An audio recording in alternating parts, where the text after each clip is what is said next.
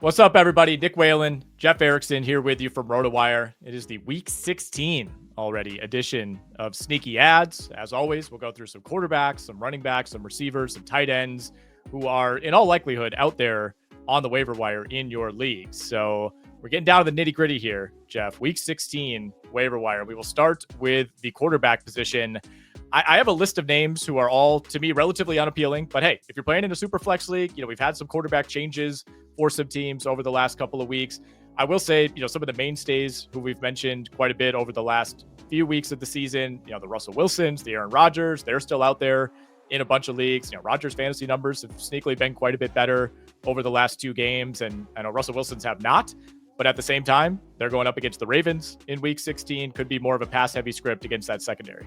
Yeah, absolutely. And it's interesting too. The Ravens, we'll see what sort of push they're going to have. Are they going to, because the division is this close to being out of reach now for them. So, how hard are they going to push? But, the Steelers are in the thick of it too. Are they going to have George Pickens? We'll see about that. Right. I like the Aaron Rodgers wreck. He gets the Rams and we'll see. The Bills will be a tough one for sure, but Rodgers is healthier now than he's been in a long time. And you've seen two good games in a row from him pass yardage wise. So yeah, I could get behind that one there.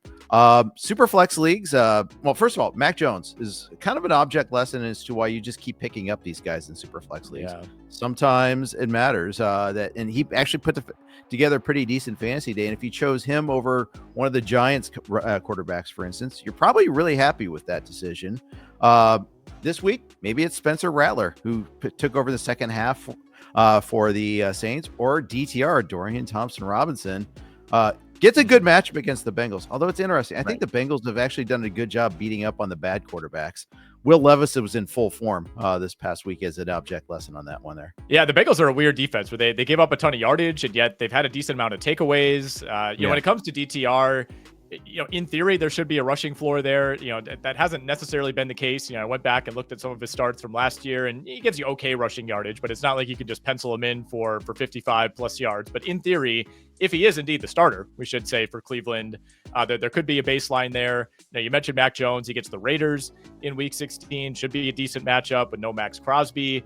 Cooper Rush is still out there just about everywhere. He gets what I think is actually a pretty good matchup against the Tampa Bay Buccaneers. That's been, a defense that gives up a ton of yards, a defense that has lost even more pieces in the secondary in recent weeks. And the other guy who made my list, Jeff, Sam Howell of the Seattle Seahawks. We will see Geno Smith getting some imaging done on his knee. Certainly didn't look good. Looked like he was in a lot of discomfort at the end of that game on Sunday night. But keep in mind, I know Sam Howell looked terrible last night when he came on against Green Bay, but there was a time last season when he was leading the league in passing yards. He finished the year in 2023 leading the league in total pass attempts. And, Seattle, they have to keep winning. They have to at least try to win if Sam Howell is the starter. So I don't think they're going to go training wheels here and just hand it off to Charbonnet and Kenneth Walker 30 times. I think they have to try to run this offense as much as they can with Sam Howell. And it's been a pass-heavy offense.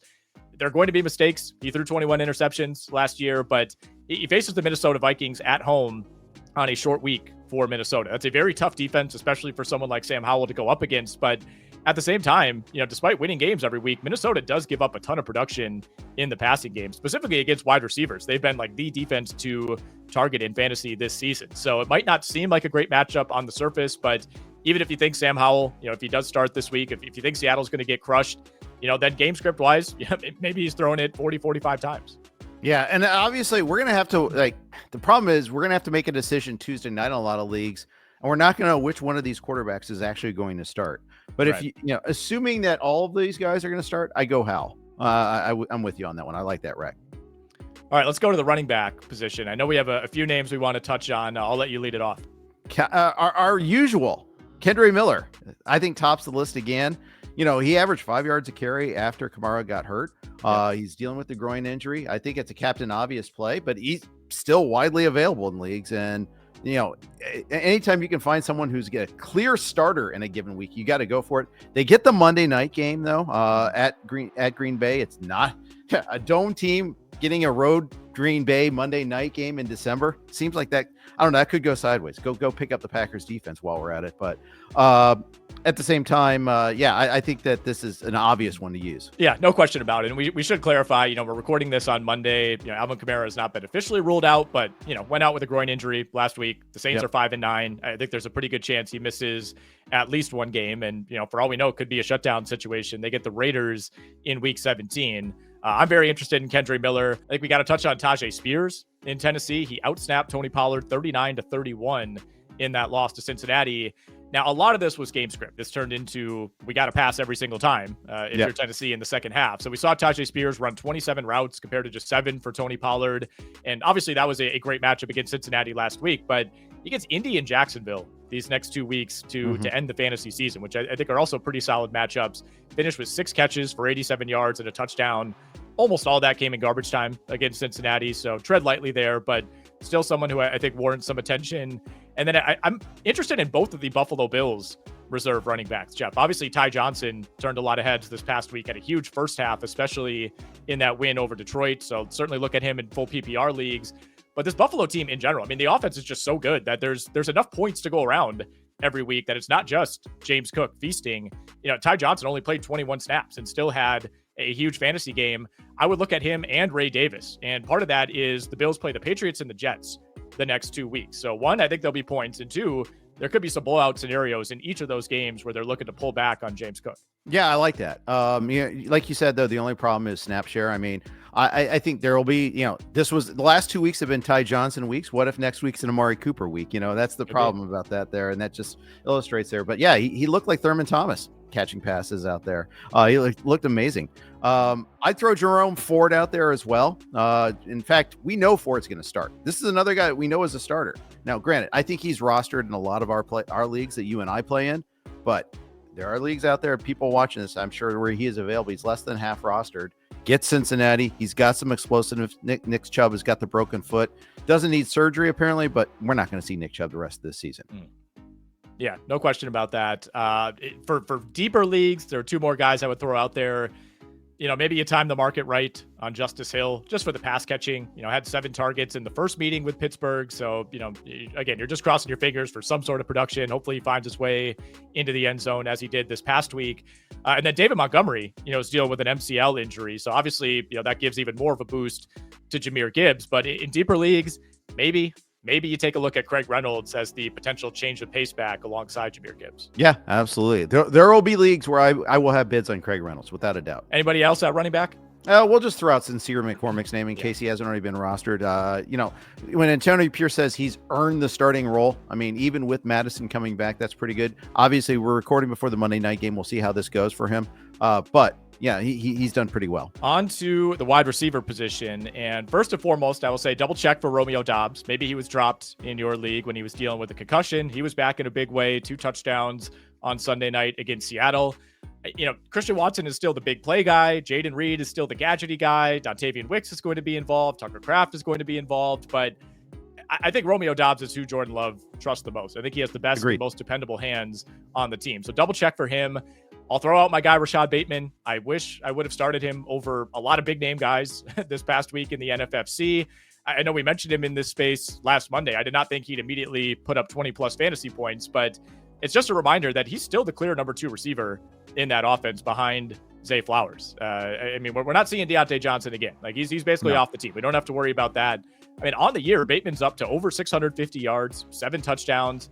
By my count, he's had 6 games this season where if you had to start him, you'd be pretty satisfied with the result. So it's going to be hit or miss, obviously, in that Baltimore offense. But I think in deeper formats, I at least want Rashod Bateman on the roster as an option. Yeah, absolutely. Tough matchup against Pittsburgh is be the only hesitation. Although, in the last 4 weeks, I think Pittsburgh has allowed the 10th most fantasy points to wide receivers. So it's not a death sentence either. So I think it's something you can go ahead and use. I like Jalen Coker, who came back from his quad injury, and had that one big play on a busted coverage against the Cowboys. But Xavier Legette has already been classified as doubtful this week with a groin injury. So we know it's going to be Coker and it's going to be Thielen. These are going to be your 2 main guys. David Moore will be in the mix, but you just know that they're going to want Coker on the field. They're going to want him to get a bunch of targets. They get Arizona at home. Not a bad matchup at all. So it's not great, but it's not bad either. So he's not definitely someone you could use. And Jalen McMillan, another rookie who has really started to kind of develop the last 2 weeks. We thought when Godwin and Evans went down initially, okay, McMillan's the next one up, and he disappointed. He got hurt himself a little bit too. He's kind of been forgotten. Not anymore. He's actually out there kind of crushing it now. Yeah, 5 for 75 and a touchdown on 6 targets this past week, 4 for 59 and 2 touchdowns on 7 targets in the previous game.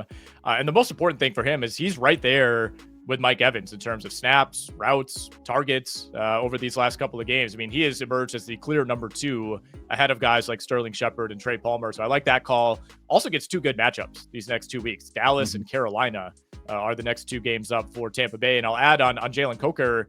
I don't love the Cardinals matchup this week, but he does get the Buccaneers in week 17. So something to keep an eye on there. I will mention Hollywood Brown could be back in the next week or two. His practice window has been opened. Obviously, much less appealing with Carson Wentz potentially starting for the Kansas City Chiefs, but still somebody to monitor. Malik Washington in Miami. He's the guy who stepped in for Jalen Waddle when he went out late in the first half this past week. It sounds like it's nothing major for Jalen Waddle, but I would still expect him to potentially miss at least a game or two. Washington finished with 5 for 52 on 6 targets this past week. And I'm going back to the well on Josh Palmer, Jeff. I know he's bad. I know the targets have not been there, but Quentin Johnston picked up an ankle injury on Sunday, and the Chargers play on Thursday night against Denver. So I think there's a real chance Quentin Johnston could be out. For better or for worse, I think Josh Palmer inherits some of those targets. My grimace was in relation to the fact that I used him in DFS this past week as my cheapie, and I could have used someone like Bateman instead, and that's the one where I feel that frustration. But the logic is sound. It should be there, but also Justin Herbert got banged up yet again this past week. There, got tackled from behind on a sack, and it looked like it was pretty bad initially, but he only missed like a play. So it's something to watch out for there as well. Yeah, for sure. And then the last 2 guys that I'll note here, and this is heavily contingent on George Pickens. I think Pickens will have a good chance to be back in week 16, but if he is not, Calvin Austin, Van Jefferson, maybe spin the wheel on those guys, targeting that Baltimore secondary. I think the Ravens should be pretty successful at slowing down the Steelers' ground game. So whether they have Pickens or not, I think it should be a pass-heavy script this week for the Steelers. Let's move on to tight end, Jeff. Who do you want to lead us off with? Well, let's go into your neighborhood here and go to Mr. Brenton Strange. Heavily targeted under Mac Jones. I had one league where I was able to do the clean swap, swapped out Ingram, picked up Strange. Just did a post fab pickup on that, because remember the news on Ingram kind of got out of control, and didn't really kind of break out until Friday, the extent of that injury, and he's still not rostered in a lot of places there. So I'd start there. And then we'll stay in the division and go back to the well with Chig Okonkwo, who the Titans seemingly just figured out that he can play, that he's got some upside because he's been targeted heavily the last couple of weeks. Okonkwo is really good. He's very athletic out in the open field. Yeah, I like that call a lot. Strange was at the top of my list for sure. And, Evan Ingram's done for the year, just to clarify. And Mac Jones just loves peppering his tight ends with targets. I mean, it was Ingram before he went down, and Brenton Strange just stepped right into that role. 11 for 73 on 12 targets this past week against the Jets, and had some decent games earlier in the season with Trevor Lawrence when Ingram was out as well. So this is not just some random dude coming out of nowhere. Jags also play the Raiders and the Titans these next 2 weeks, so 2 pretty decent matchups. I'll mention Grant Calcaterra. I mean, was only targeted once, but he's going to be out there. He's going to be seeing snaps for the Eagles with no Dallas Goedert. And then Zach Ertz went down with a concussion this past week for the Washington Commanders. So I know Ben Sinnott was the best ball hero back in August. It has been a massive disappointment. He's kind of been the Dylan Lobby of tight ends, but with Zach Ertz missing time, maybe, perhaps, possibly, this could be the opportunity for him. Yep. Dynasty players rise. Yeah, yes. Definitely there. But, and we see that with tight ends all the time, though, that it's not, check out like Trey McBride's rookie record. It's right. Nothing, it takes a while a lot of times. So we got to be patient. All right. That's going to do it for our week 16 edition of Sneaky Ads. As always, please give this video a like if you're enjoying it. Make sure you are subscribed to the RotoWire YouTube channel as well. And go check out rotowire.com/try, TRY. That'll get you free access to everything on our site, all of our articles, all of our rankings, all of our tools, not just for NFL, for every sport, all the pages and tools that we reference in all these videos. You can have access to them for yourself. rotowire.com/try. Just put in your email, put in your name, no credit card required. It'll get you a free peek behind the paywall.